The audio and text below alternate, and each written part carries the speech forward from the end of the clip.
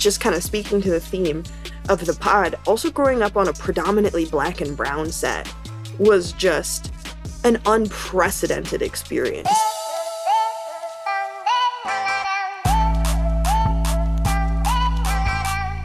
Hey, it's Mike Jackson, your host of the Why Not Me podcast. And this week, our guest is Yara Shahidi. You know her from Blackish and Grownish and her movie, The Sun Is Also a Star. And we talk about all of those things. But we also dive into her family dynamics, growing up initially in Minnesota before the big move to LA.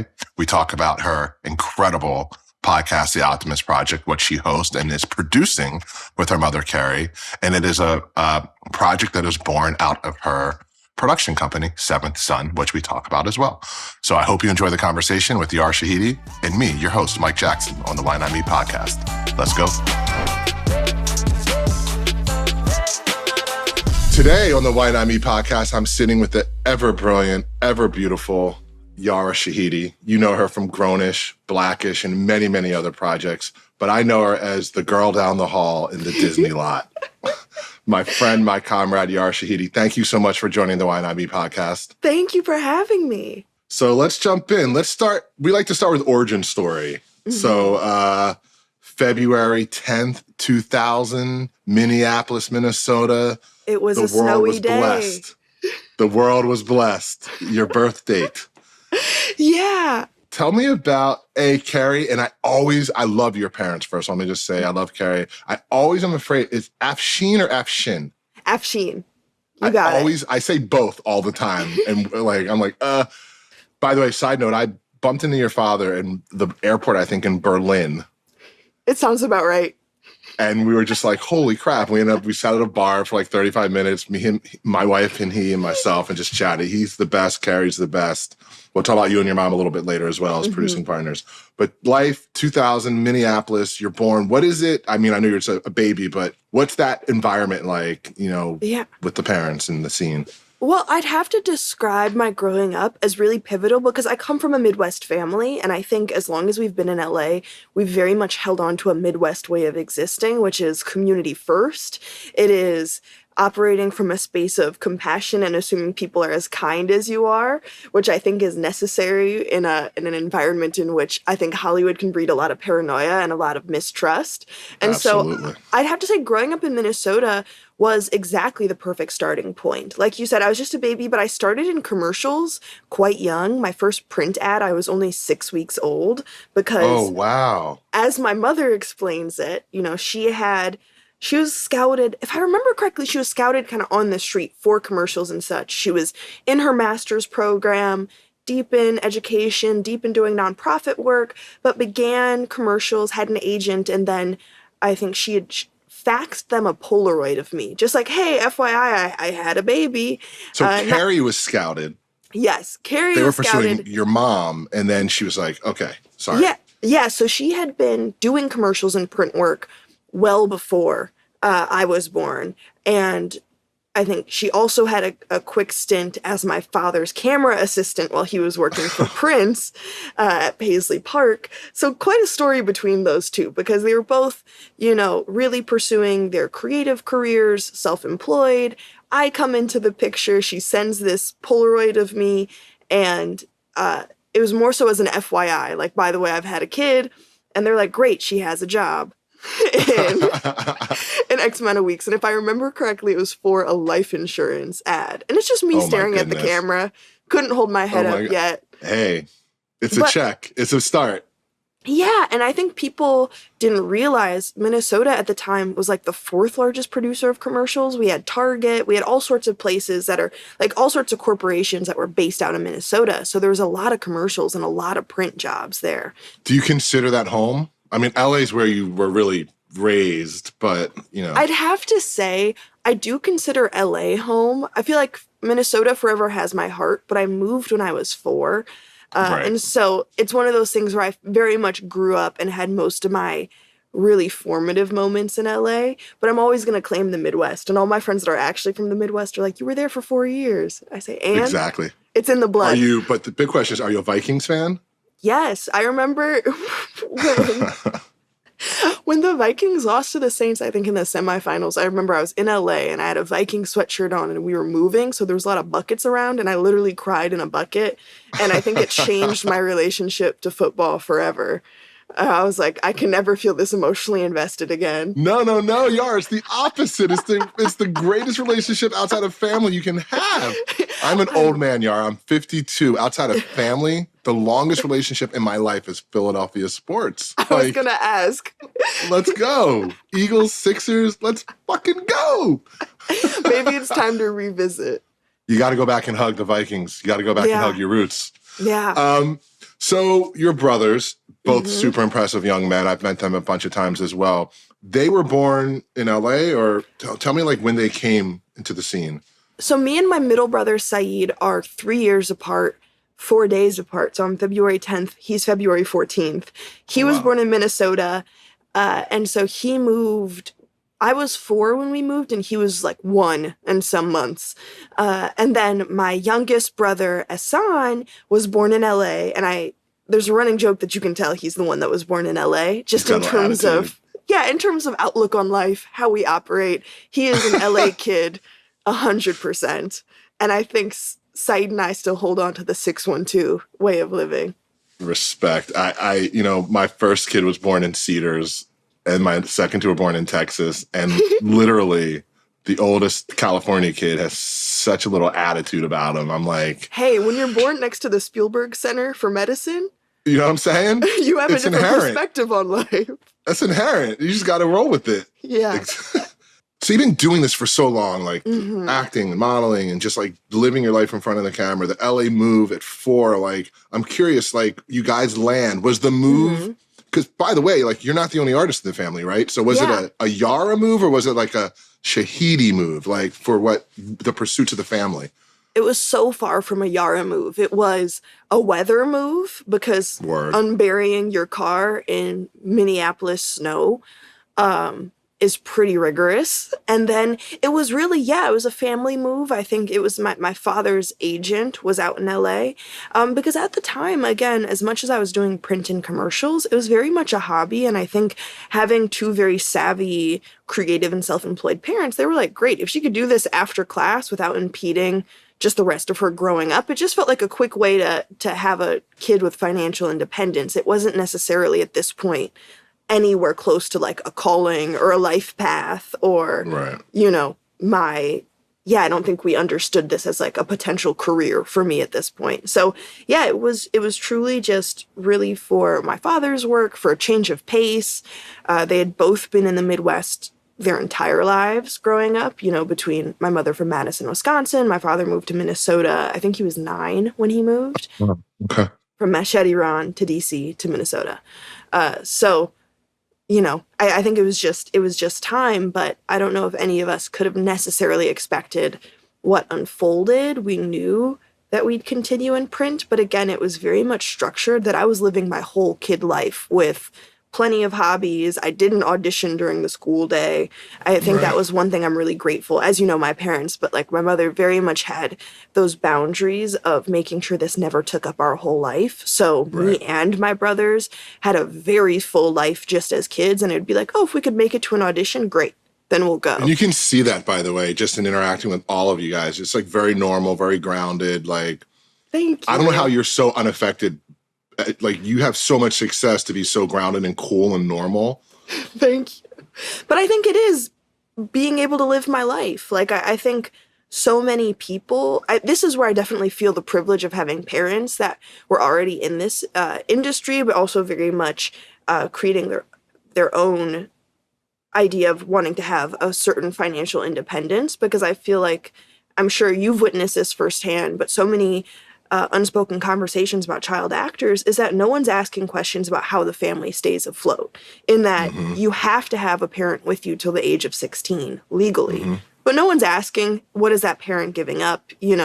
What are those other things? You become a 1-income household just based on how it's structured, whether or not you like it. And I think a lot of people kind of turned a blind eye to the setup of it all. And then they look at these child actors like, how did this happen? Versus No one's asking questions about how you're getting to set every day, how you're being fed, where that other income comes. I have two brothers, who's taking care of them. And so Yeah. I very much had a family because of our setup where both of my parents were able to fully maintain working while supporting us. We had, babysitters and other people helping. If I was on set, there was a certain times in which all five of us would be on different sets. And That's so crazy. yeah, and as beautifully abundant as it is, it requires so much work to maintain that. Yeah. And so I Yeah. think that's where I definitely see the difference in just having the privilege of never being forced to work, because the setup was, as long as I was enjoying it, that's what I do. But, everyone else so much had their own careers and lives that if I was just a kid and wanted to be in school for some months, and that's what we were doing. And the same goes for my brother. The amount of time in which I remember it was a director session that Kenya Barris was calling him in for. And mommy was like, ooh, his basketball team needs him. Like, it's literally Yeah, the finals. Oh, he has to go play ball. Right. He's made a commitment. And sure enough, they were able to move it to like right after his game or something. But I think they very much held it strong on just us continuing to pursue our other curiosities, our other things, knowing I was raised under the assumption that acting is something that we do, but not who we are, which is very antithetical to what you hear oftentimes, which is like, you are an actor and you live, eat, breathe, sleep this. Yeah, I love that. I love that point too. I never actually thought about it. It's so easy to point the finger. You often hear the criticisms of those families, but you're right. No one really looks under the hood and actually thinks about it from their point of view, and the sacrifices and the things that have to be done to be there, and the things that have to be done to maintain the family unit. So I think that's really cool. I have to talk about one thing though. Please. Before we go like the family in the LA, like in Minneapolis, your dad worked with a guy who some of us may have heard of. He's a music. I think he did okay. His name is Prince. Yeah. Do you have Paisley Park memories? Do you have any Prince stories that you can share with us? Yeah, well, even later in life. I still totally sit in gratitude for just how surreal that experience is, because I think I didn't understand what I was experiencing till later. So, we had been to Paisley Park, but more than that, I think my memories when I was younger is that he very much made tour a family affair. So, I was in London with both of my parents when he did his London shows. There's pictures of his Hawaii book, and you not only see me and my brother there, but like the kids of a lot of people that worked with him were also there. And so I definitely remember those moments. I remember when, in LA, because they continued to work with each other even once we had moved. And I think my favorite moment was, I remember, I think either my father was dropping equipment off or film off or something, and me and Saeed were just kind of tagging along with him when we were at his house. And, from way up, like on the third floor, all we heard was this deep voice that was like, Saeed, I like your hat. and there's Prince. But I mean, honestly, I have nothing but such incredible memories, because he remained continuously supportive, not only of the family, but of my career too. When Imagine That came out, he had copies of it for people. You and Eddie Murphy. Yeah, and when Blackish came out, I remember him reaching out just to congratulate me. But I think in no uncertain terms, my family credits just our ability to move how we move to that, that relationship, and what he was able to blossom for my family. And also the idea of being able to exist in such a family-oriented place. It's not something that you experience often. So for, my father's, long creative relationship to be one that also fostered this environment where he could bring his family and where we could remain a unit. Yeah, I think it really set precedent to say, oh, this is how it can be. You can actually do that. Yeah, it's really cool. There's one other guy that you're affiliated with who has a little bit of a musical acumen. He actually is family. He goes, another icon, I think, Nas, right? His name is Nas, right? Yeah. Yes. Cousin Nas? Yes, Cousin Nas. It's my mother's first cousin, because his father, Uncle Olu, is... I never understand first cousin, second cousin. I don't get it. All I know is that we're related. Love him dearly. Yeah, we're cousins. And again, I remember I was just always such a fan of the music, and I think it's what's made me such a music nerd, is growing up around these kind of musical influences and being introduced to this music at such a young age. And I think those were always my favorite moments of, I feel like I remember every tour that we've gone to of his. I remember, like, Distant Relatives is still one of my favorite tour experiences, period, of him and Damian Marley on stage. And I couldn't have been older than 10. But I remember that like yesterday. But again, I feel like what's cool, people know this that know him, but I think he's just so invested in the arts generally. Tech too. Tech is a whole impressive other side. But I think growing up just with his appreciation of people like James Baldwin, of different musicians, I think there was always like such a masterclass being around him because of how rooted he is in kind of our cultural heritage and history.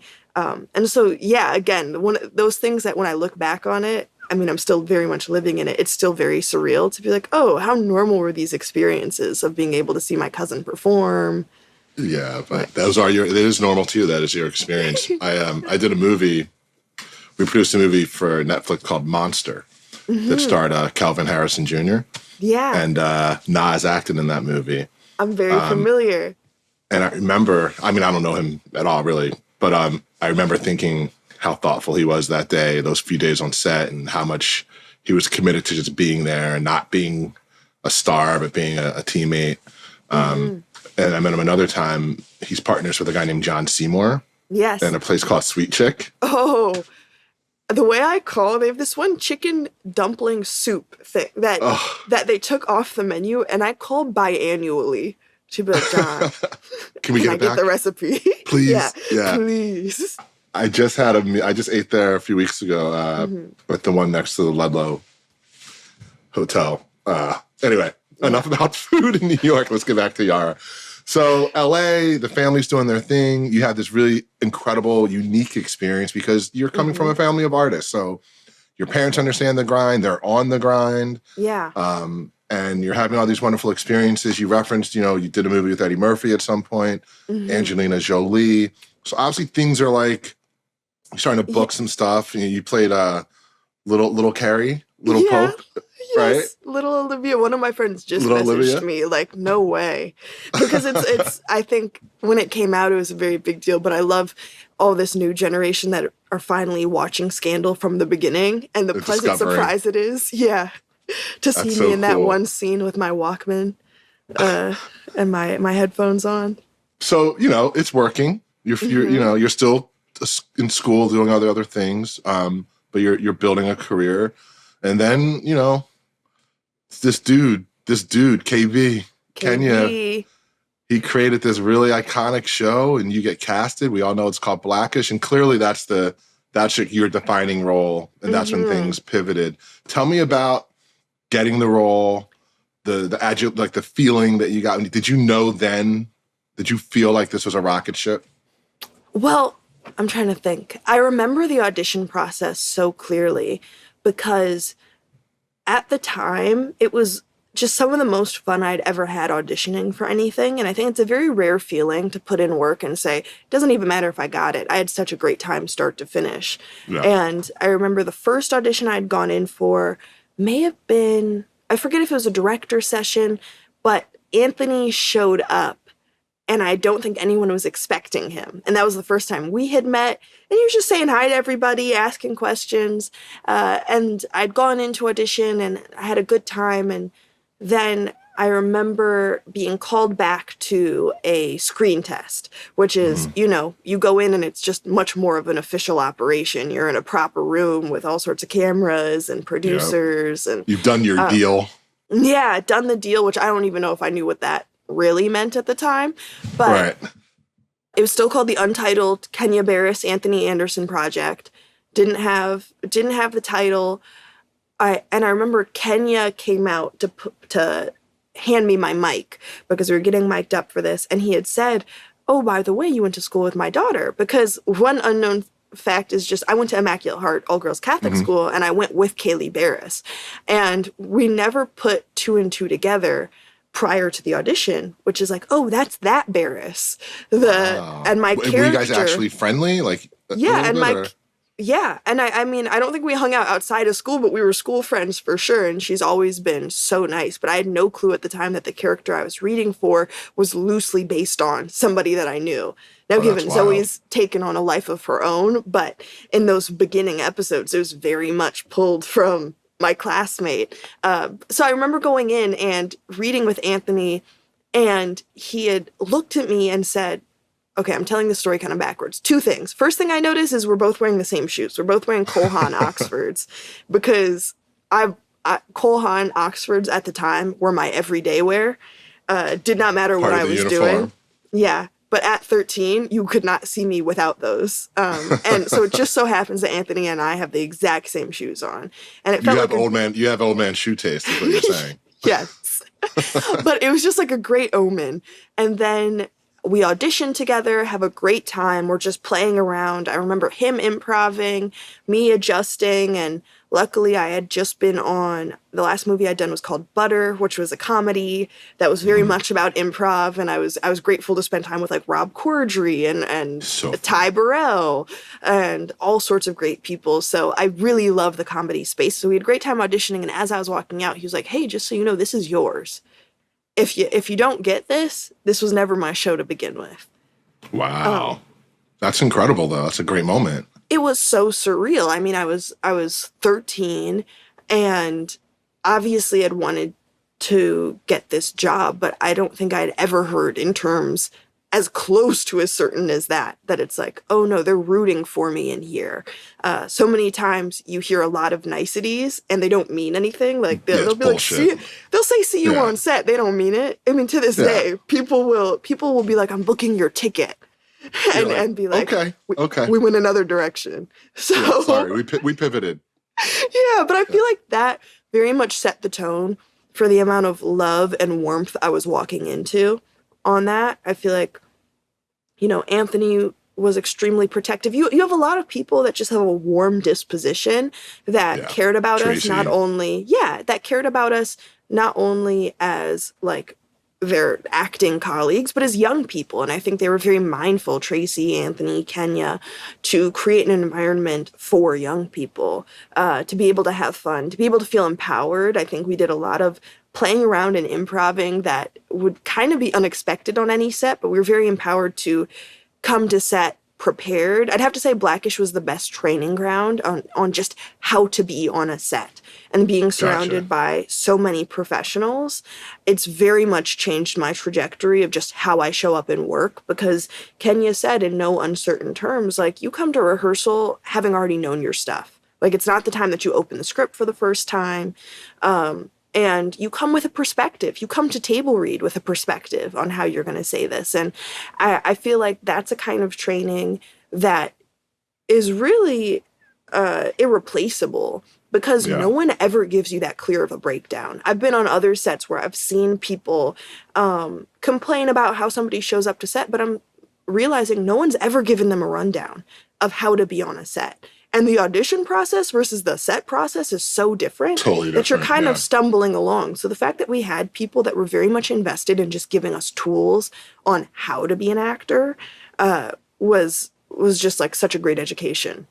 Well, mentorship, guidance for young minds and young people is incredible. And that's how you learned how to be a pro. Ultimately, that's where you became really a pro. So, and you did that for 3 seasons, right? And I did it for 4 seasons. Technically, 4? I was on all 8, but 4 as like an every episode series regular. And I'd have to say, I mean, just kind of speaking to the theme of the pod, also growing up on a predominantly black and brown set was just an unprecedented experience. And Like, that doesn't happen. You guys in the Cosbys, really, like, there's not many examples. I know we come from a lineage of shows that paved the way, but to be in 2013, in which it kind of felt like there was a rollback between the 90s and the early 2000s, where you had all these examples. Yeah, you had all these examples of black families on television, and then suddenly it kind of went backwards. And then suddenly Blackish was on air in a time in which we just didn't have many examples of that. So to be on a major network and to truly have not just on camera, but department heads, our camera operators, our directors, all be as inclusive and as diverse also set at times a skewed precedent of what I thought the industry was. Like I was like, Right. oh, I thought this was the whole thing. No, it Every ain't. no, it isn't. Yeah, No, it I isn't. said ain't. I didn't even say it correctly. Sorry, Harvard. No. Sorry. So, fuck Harvard, dude. Like, Yeah. I remember when you were going and you were traveling back and forth, doing the whole thing. Like, but you obviously are brilliant. You got into Harvard. Like, you earn your way in.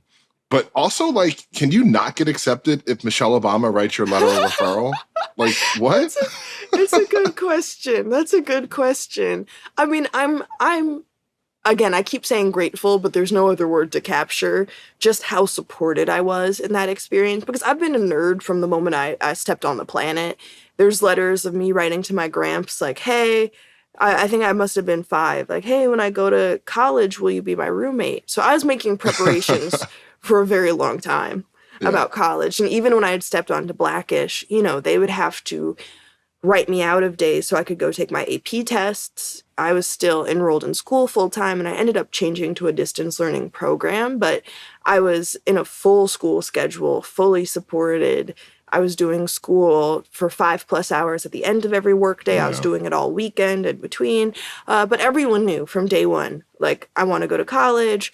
And it was really having to give credit to my cousin Nasir because as much as I was an academic and as much as I was a total nerd, and grade obsessed, Harvard just really wasn't on my radar as something that was possible for me. As much as we talk about, you can't be it till you see it, I think that was a prime example because as much as I knew that I wanted to go to college, I'd never think Ivy League. It just didn't feel like a world that had anything to do with me. And so it wasn't college. It was Ivy League. Like Ivy you League. always intended to go to college. I knew college Okay. 100% from day one.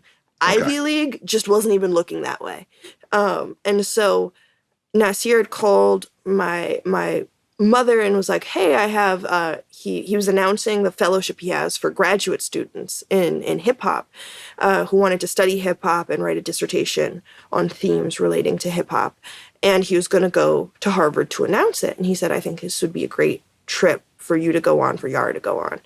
And again, in terms of unprecedented experiences, my first touch point at Harvard, I was 13 on campus, surrounded by Black and brown students that were writing on the impact of Tupac, the impact of Illmatic, the role of hip hop in our culture at large. I remember peeking into a class where they're talking about the Amistad. And I'd have to say, I don't know, without that experience, unequivocally, I don't know if I would have ever thought that that would be a place for me, even if I was the kid with the 5.0 GPA, all of that. I think it was actually seeing Black professors, seeing students thrive there, studying what they wanted to, and talking to students and being able to get a really honest take that made that the focus. Once I went, I was like, oh, that's exactly where I'm going.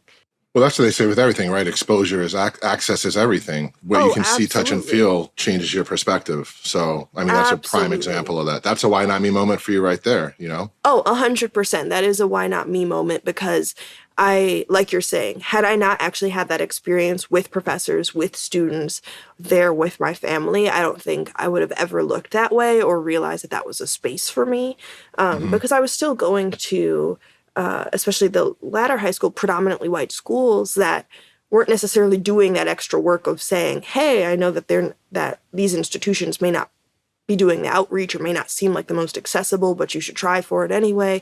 But I think having that experience coupled with the fact that then I was on the Blackish set and you have Tracy who went to Brown, you got Howard present. So people were also vying. The way I would be like stuck in a booth doing ADR and they'd be on the outside saying like, hey, you're not going out, so you say that you'll go to Columbia or say that. So all the people on set would also be vying for their alma maters, which was the funniest thing ever. But yeah, that really changed my trajectory and gave me a renewed focus because maintaining a set schedule and a school life is really hard. It's really impressive. Really impressive. Luckily, I had a lot of support, but I think that's what made it worth being like, oh, I'm still going to take every AP class possible. I'm still going to build what my extracurriculars are outside of set. I'm still going to do all these other things because I knew that's exactly where I wanted to go. And I remember it was really cool because the way it panned out when Zoe figured out she was going to school on the show was like a week apart from when I found out that I was getting into school. So it was a very cool art imitating life moment. That's super cool. So another big Why Not Me moment for you was launching Seventh Son, your production company with your mom. And I've watched you guys over the years, and you're doing your thing for sure. 2 parts. A, tell me what it's like launching a business with, I feel like your mom's your best friend. Yes. Like, if not, like, I'm seeing it wrong because y'all on social media are like, just keying all over the world. And that's just a glimpse. And that's exactly just a right. glimpse. Yeah, I bet. So tell me, the first part is, what's that experience to like partner with your best friend and your mom to tell important stories? And then the second part of the question is, tell me more about your latest project. I think it's your latest project, the Optimist Project. Yes. Yeah. So, I mean, us partnering together is quite natural. I think anybody that knows, woman by many names. Of course, I know her as my mama. People on IG know her as like Chocolate Mommy Love. But Yara Shahidi, to set the record straight, Yara Shahidi, I think the privilege of knowing her is prior to, you know, her being in commercials, getting us into commercials, is that, you know, she studied business, she worked at nonprofits. She has such a deep, you know, kind of diversity and experience as a master's in Spanish education, as an MBA. And so I think all of that is so helpful because it changed even prior to the production company. I think the perspective that she had from just being in business and being self-employed prior to being in commercials and in television gave us such a different approach to television and film as a business, and having someone that had this kind of macro perspective. And so, you know, we're always technically kind of behind the scenes in business together, as much as like I've always had, you know, people like to use the term momager, but our relationship is very different because I've always had a manager and I've always had, you know, a full team. And I think she's been the first to say, look, managers are supposed to know all these directors and make those calls. That's not me. But she's always had that kind of macro strategy because she was able to hold what my goals were as a young actor and how to get there, as well as who am I as a young human and how do I develop that. So she would be the one, a la my political interests, and be like, okay, cool. Well, let me turn to your team and have these conversations about how to activate what you're interested in outside of TV. And I don't think Grownish would have come about without us kind of putting our heads together and saying, well, what do we want to do in the world separate from Blackish? Because people may not remember, as much as it was a really positive experience all in all, as a young actor, it felt like being a little underutilized at times because, you know, you're a series regular, which means you're sitting on set day in and day out, but you may not be working every day. Two scenes one day. Yeah. Right. And it's just kind of the name of the game. Yeah. But I think the new experience for me was prior to that, I'd never been a series regular on a show. So I'd never kind of committed this much of my lifetime to being on a set. And so, right, she was the one that was like, in order to make this a whole experience for you, let's blossom whatever else you're interested in doing. And let's really get into it. And so that's really how 18 by 18 came about, etc. So then fast forward, Grownish, I'd have to start with Grownish just because that was kind of the introduction to proper producing. And that's the first project for the company at that point, right? That was me individually because the company, we blossomed. They offered us, ABC had offered us the deal that year, and she had the foresight of saying, let's get her through her first year of college first, and then we'll set up shop. Yeah, smart. And I'm so grateful she did. Yeah. But I think that was our first introduction to being properly producers, because as much as we were running creative behind a lot of the projects I was doing, I think it was just a different experience in that Kenya treated me as such a collaborator. He called to ask who's the first writer that we wanted to hire in the room. So I think I give him so much credit for seeing that in me at 17, because I think there's so many people where that just would not even be expected or on our radar to be a part of these conversations. So that was You're an extraordinary human, though.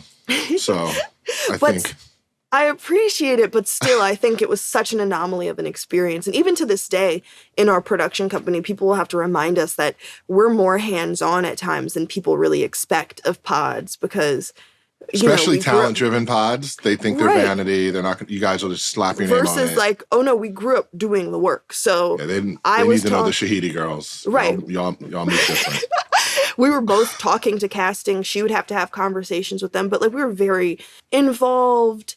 Given we had a lot of very talented people, so I wouldn't go so far as to say like we weren't writing anything. But in terms of like those decisions of how to help run a set, people really knew that she was also a touch point on set when young actors had questions. How do you go about something? Because she has this wealth of knowledge. And like I said, like Blackish was a great training ground, but then you introduce a ton of actors in their 20s that don't necessarily get that experience of sitting next to a Lawrence Fishburne and watching him work and say, oh, that's how this works.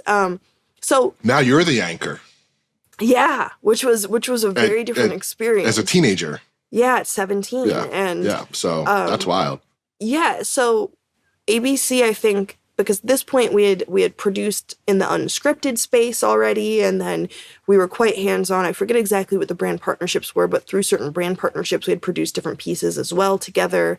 And so people already knew us as kind of that we were producing and creatively involved in a lot of these projects. And so I think ABC having worked alongside both of us at this point, not just me as an actor, but both of us as producers, had offered the overall deal.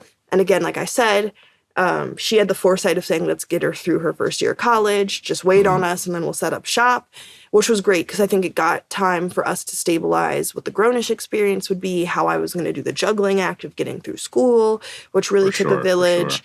And then it was great because I think it was season 3 of Grownish, it must have been, where I walked to the left to stage 7 and she walked to the right to our offices. We'd meet at lunch. But yeah, so I think cool. I feel like I've talked about it a little bit, but to answer your question, I'm really grateful that we have the relationship that we do. Because like you're saying, like we're mother-daughter, we are truly best friends, but our business relationship, I think, is so fruitful because we're rooted in this industry for the same reasons of being like, we want to be of service. I think what inspires us as producers, and I feel like where we've continuously found alignment, is that of course you want to get things on air, but it's about who are the writers we're supporting? What is the work that we get to do as people that have now had access to this ABC Disney ecosystem that can feel so exclusive? Like, how can we be those how can we get rid of some of the gatekeepers and use our platform? And so I think in that regard, that's what makes our relationship work so well, because it's so much bigger than this industry, this month, this career moment, but more so like it has everything to do with who do we want to be as humans and how does that play a role in our work. And I think it's helpful because, as you know, as you overstand, I feel like production is so many difficult conversations. It's so much of having to double down on what you stand for and really figure out what business are you standing on, and what are you willing to, what hill are you going to die on? And standing by that, yeah, sure. I think it's a conversation daily with every project. So the fact that we're so similarly minded in that regard, I think makes it really great. And we have I'd have to say pretty complementary skill sets, because I'm a micro thinker and she's a macro thinker. So us on projects is great because she's able to big picture it. And I'll be like, but on page 10, the nuance of it all. Yeah. And then tell me about the podcast. Tell me about Optimist Project. Okay, so Optimist Project, I'm so excited because this blossomed from the two of us really having two experiences. One, what you were saying, and really I relate to when you're talking about the inception of this podcast, of having access to such incredible conversations that you know that so many people would benefit from. Being grateful to be in spaces and rooms such as, it could be TED Conference where the minimum ticket price is $10,000 and you got to be invited, or it's just the small intimate rooms of people that we're lucky to know, and knowing there have been so many life-changing moments, being able to hear Sherilyn Ifill speak, being able to sit in class with a Dr. Cornel West, us two being, we have a shared appreciation, I know, for art and Black art, and how, tapped in my parents are and how she is in the Black art space, and knowing that that's very much kind of defined what we think is possible. It's helped us have so many epiphanies in our work, just being plugged into these conversations. And so the biggest thing was just access. How do we make these conversations that are so impactful to us accessible? And then I think the key question, as the name kind of implies, was we're at a point everyone calls it unprecedented times, but I'd have to say, have there ever been precedented times? Yeah, when it happens, it's happening. Like, right. This is what Please point out one precedented year. I've never been like, well, just as we expected. That's fair. But in these unprecedented times, I know a question that we have that we talk about personally, but also affects us professionally is what keeps people going? Because even at the end of the day, even the people that are extremely pessimistic and ringing alarm bells still get up and choose to do the work for some reason. There's something motivating us to continue to do the work, even in the face of what feels like hills that are too tall to climb. There's this feeling that we'd like to call optimism that makes us feel like, regardless of how we feel on a day-to-day, this work is necessary. And so the podcast really blossomed from wanting to be able to have conversations like that about what keeps people going, big and small. Of course, there may be some large philosophical or spiritual backgrounds, but what are the small things that fill people up in between the work that you're doing? That we could all learn from. So it was a totally selfish endeavor on our part, because it was like, how do we have conversations that we want to have? Yeah. And then record it. I love it. I think it's great. I think I might be on it one day. Yes. Someone was saying yes. to me. So that'll be super cool. We're waiting patiently. Let's go. Yeah. So I'm really excited, and I'm grateful because I think SiriusXM has just been such a great home for us, because we were so aligned in wanting to capture these conversations, and we're podcast nerds. I should have started there by saying, like, podcasts are the best, aren't they? Oh my goodness. In the car, at home, just put them in your head and just... To the point where I feel like a bad actor, because I listen to podcasts with so much more of a frequency than I watch or consume anything else. And so... Period. Way more than a movie. Like, or I'll be like, except for sports. Except for sports, still... See, imagine podcasts are taking up the space that podcasts and sports are taking up for you. I listened to, I think they said 100,000 minutes of public radio during the pandemic in 2020 in 1 year. And that was just on the app. God. Oh my God, Yara. Okay, you ready? Here we go. We're going to jump into like the random question segment. Okay. Do you believe in love at first sight? Yes. You got to ask how my parents met. My mother saw my father for the first time at a lounge in Minnesota and went, "Oh my God, that's my husband," and then covered her mouth and then was like, I didn't mean to say that. Yeah. And they talked very briefly that night, but then they connected a month later. Wow. Interestingly, I believe in love at first sight. The night I met my wife, I told her that she was going to be my wife and the mother of my children. See, that makes me so giddy. I love love. And I meant it. Like, yeah. Because you can't just stumble on those words. Yeah. Yeah, you can. And you have to be very precious with those words. You can't just, you just can't put them out there like that. So if you had one day left on Earth, how would you spend it? With my family. I'd love to eat corn. I'd love to eat corn. Love corn. Did you say corn? Yeah. I'd love to go to the corn festival in Minnesota. That actually would be a great last day. I think perfect day with my family. I'm at the corn festival. I have corn on the cob, and there's some sort of live music experience. Like, I love concerts. Like a Prince cover band or something, just to like... Sold. There's no such thing, I'm probably. there. My Rudolph's band, right? They cover That's Prince. True. Yeah, she can crush. That's true. That's true. That's true. She said corn. You can tell I haven't eaten. It's heavy on the mind. Literally, I'm about to go eat right after this. I'm like, yo, dog, I'm hungry now. I don't know if I'm going to get corn, but God bless you. You weren't born in the 90s, but your parents, I'm sure their influences have infused your life. Do you have a favorite 90s jam? That's a good question. Wait, I could pull this up. I have a 90s playlist. My controversial one was I was very into boy bands for a minute, and so NSYNC had the song Gone, but in Spanish. That... Si no puedo mi corazón. If you could have any superpower, what would it be? My OG answer, as someone that used to think about this a lot, was persuasion, which was such a cop-out just because I wanted to persuade other people with powers to use them on my behalf. That's actually kind of a dope power, though, because then you can get, you accumulate all the power. Right. So through I persuasion. think I like that, but I feel like I have to go with a classic of like invisibility because I'm nosy. Invisibility is a fun one.